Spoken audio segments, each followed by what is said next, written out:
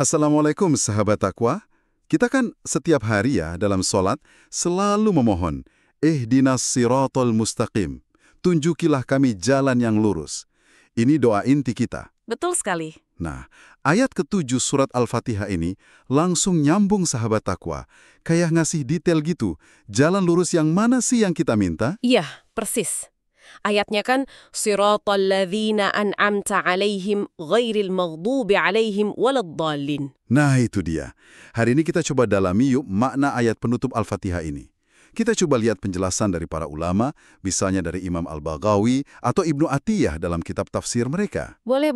Terus kita cari juga relevansinya buat kita sekarang ini gimana? Sip. Jadi ayat ke-7 ini seperti dijelaskan oleh Imam Ibnu Atiyah ya, fungsinya itu sebagai penjelas, bisa disebut badal, pengganti, atau na'at sifat. Oh, jadi menjelaskan ayat sebelumnya ya, yang asyiratal mustaqim itu. Iya, betul. Ada hubungan erat banget. Nah, ayat ini tuh mendefinisikan jalan lurus tadi pakai dua pendekatan gitu. Gimana tuh dua pendekatannya? Pertama, identifikasi positif. Siapa sih penghuni jalan lurus itu? Yaitu jalan orang-orang yang telah engkau beri nikmat. Oke, orang-orang yang diberi nikmat. Yang kedua? Yang kedua, identifikasi negatif. Kebalikannya, jalan siapa yang harus kita jauhi, kita hindari. Menarik. Oke, kita mulai dari yang positif dulu deh. Ya. Siapa ini orang-orang yang telah engkau beri nikmat? Menurut para mufasir gimana? Nah, kalau kita lihat di tafsir Al-Baghawi atau Ibnu Atiyah, mereka banyak mengaitkannya dengan ayat lain di Al-Quran. Surat An-Nisa ayat 69. An-Nisa 69 ya? Itu tentang apa? Di situ Allah sebutkan 4 golongan penerima nikmat. Pertama, para nabi. Jelas ya. Iya, para nabi. Para syiddiqin, orang-orang yang teguh banget dalam kebenaran. Syiddiqin, oke. Ketiga, para syuhada, yang gugur di jalan Allah. Dan keempat, para solihin, orang-orang soleh. Lengkap ya, jadi bukan cuma nabi, tapi ada tingkatan-tingkatan lain juga. Betul. Mereka lah ini yang secara eksplisit disebut Allah sebagai penerima nikmatnya. Tapi ada nggak sih pandangan yang mungkin lebih spesifik lagi, kayak contoh figur gitu? Ada. Misalnya riwayat dari Abu Al-Aliyah, ini dikutip juga sama Imam Al-Baghawi dan Al-Samrakandi. Oh ya, siapa yang dimaksud? Beliau merujuk secara khusus kepada Rasulullah SAW sendiri dan juga para sahabat beliau. Terutama disebutkan Abu Bakar dan Umar radhiyallahu anhum. Masya Allah. Jadi merekalah teladan utama kita ya dalam meniti jalan ini. Intinya begitu. Jalan hidup mereka, cara mereka berislam, itulah yang kita mohon agar bisa kita ikuti, yang kita dambakan. Jas banget. Itu sisi positifnya. Nah sekarang, kita ke bagian kedua ayat nih, sahabat takwa. Ghairil maghdubi alaihim. Bukan jalan mereka yang dimurkai. Siapa ini? Nah, kalau soal ini ada kesepakatan kuat. Bisa dibilang ijma lah di kalangan ahli tafsir. Oh ijma, berarti udah hampir semua sepakat ya? Iya, Imam Ibnu Abi Hatim menegaskan ini, bahwa yang dimaksud itu adalah kaum Yahudi. Kaum Yahudi ya. Ini dasarnya apa? Cuma pendapat atau ada dalilnya? Wah, ada dalilnya. Bukan sekedar pendapat. Ada hadis Nabi SAW, salah satunya riwayat dari sahabat Adi bin Hatim. Beliau tanya langsung ke Nabi SAW, dan Nabi mengonfirmasi. Oh ada haditsnya langsung. Ada. Terus ada juga hadis lain dari Wadi Al-Qora yang disebut di Tafsir Al-Talabi dan Al-Baghawi juga. Jadi cukup kuat sandarannya. Oke. Lalu pertanyaannya, kenapa mereka disebut dimurkai? Apa inti kesalahannya menurut para mufasir?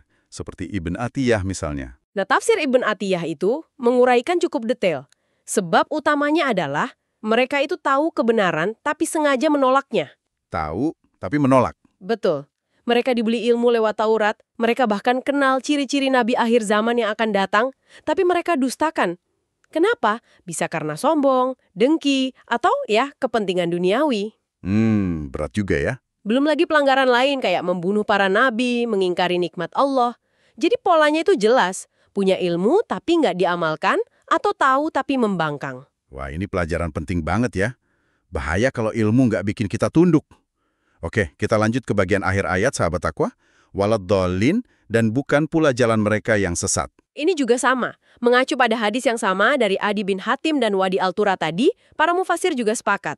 Sepakat siapa? Yang dimaksud adalah kaum Nasrani. Kaum Nasrani ya? Kalau mereka, apa inti kesesatannya? Kok disebut sesat? Kalau menurut Ibn Atiyah lagi nih, kesesatan mereka itu akarnya lebih ke penyimpangan akidah, khususnya soal Nabi Isa alaihissalam. Oh, soal ketuhanan Nabi Isa itu ya? Iya, misalnya itu. Dan juga penolakan mereka terhadap kebenaran yang datang setelahnya, yaitu Al-Quran dan Nabi Muhammad SAW. Seringkali ini terjadi karena ketidaktahuan akan ajaran asli Nabi Isa atau karena interpretasi yang keliru.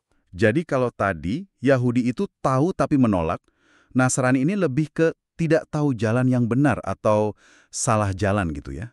Atau mungkin beramal tanpa ilmu yang benar? Bisa dibilang begitu, polanya lebih ke amal tanpa ilmu atau kesesatan karena kebodohan atau penyimpangan dari ajaran pokoknya. Oke, jadi kalau kita rangkum nih ya, doa pamungkas di Al-Fatihah ini, intinya kita minta ditunjukkan jalan lurus, yaitu jalannya para nabi dan orang-orang soleh. Betul, yang berilmu dan beramal.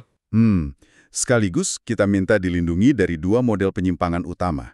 Model Yahudi yang tahu tapi nggak mau amalkan, dan model Nasrani yang mungkin semangat beramal tapi nggak di atas ilmu yang benar, jadi tersesat. Ini soal keseimbangan ya? Tepat sekali. Keseimbangan antara ilmu yang benar dan amal yang ikhlas berdasarkan ilmu itu. Supaya nggak tersesat kayak Nasrani dan nggak dimurkai kayak Yahudi. Ada ulama yang merangkumnya gitu. Menarik banget. Terus, ada makna lain nggak sih dari permohonan Ihdina ini? Ada. Imam Al-Baghawi menukil perkataan Sayyidina Ali bin Abi Thalib dan Ubay bin Ka'ab. Mereka menjelaskan bahwa Ihdina ini bukan cuma minta ditunjuki jalan kalau belum tahu. Tapi juga permohonan tasbit. Minta diteguhkan hati, dikuatkan, diistiqomahkan di atas jalan yang sudah kita tempuh. Dan minta tambahan hidayah terus-menerus. Jadi ini permintaan yang dinamis, bukan sesuatu yang statis. Oh, saya sudah di jalan lurus, selesai. Nggak gitu. wah, dalam banget ya maknanya. Permohonan yang kita ulang-ulang tiap hari ternyata sedalam itu.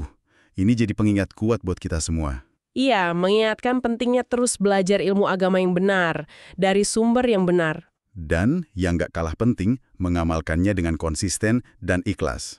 Betul, hindari sombong karena merasa sudah tahu banyak, tapi juga jangan sampai jahil atau fanatik buta yang bikin kita salah jalan. Nah, sahabat Taqwa, ini kayaknya pas banget nih buat jadi bahan renungan kita bersama ya. Di zaman sekarang ini, informasi banyak banget. Distraksi di mana-mana. Gimana ya cara kita biar bisa praktis gitu, menjaga langkah kita tetap di jalan lurus ini? Itu pertanyaan penting. Gimana menyeimbangkan pencarian ilmu yang benar dengan kesungguhan beramal? Iya, biar nggak condong ke salah satu ekstrim tadi. Ekstrim tahu tapi nggak mau, atau ekstrim semangat tapi nggak tahu arah. Semoga obrolan kita hari ini bisa jadi pemantik ya, sahabat Taqwa. Sampai jumpa lagi di pembahasan mendalam berikutnya.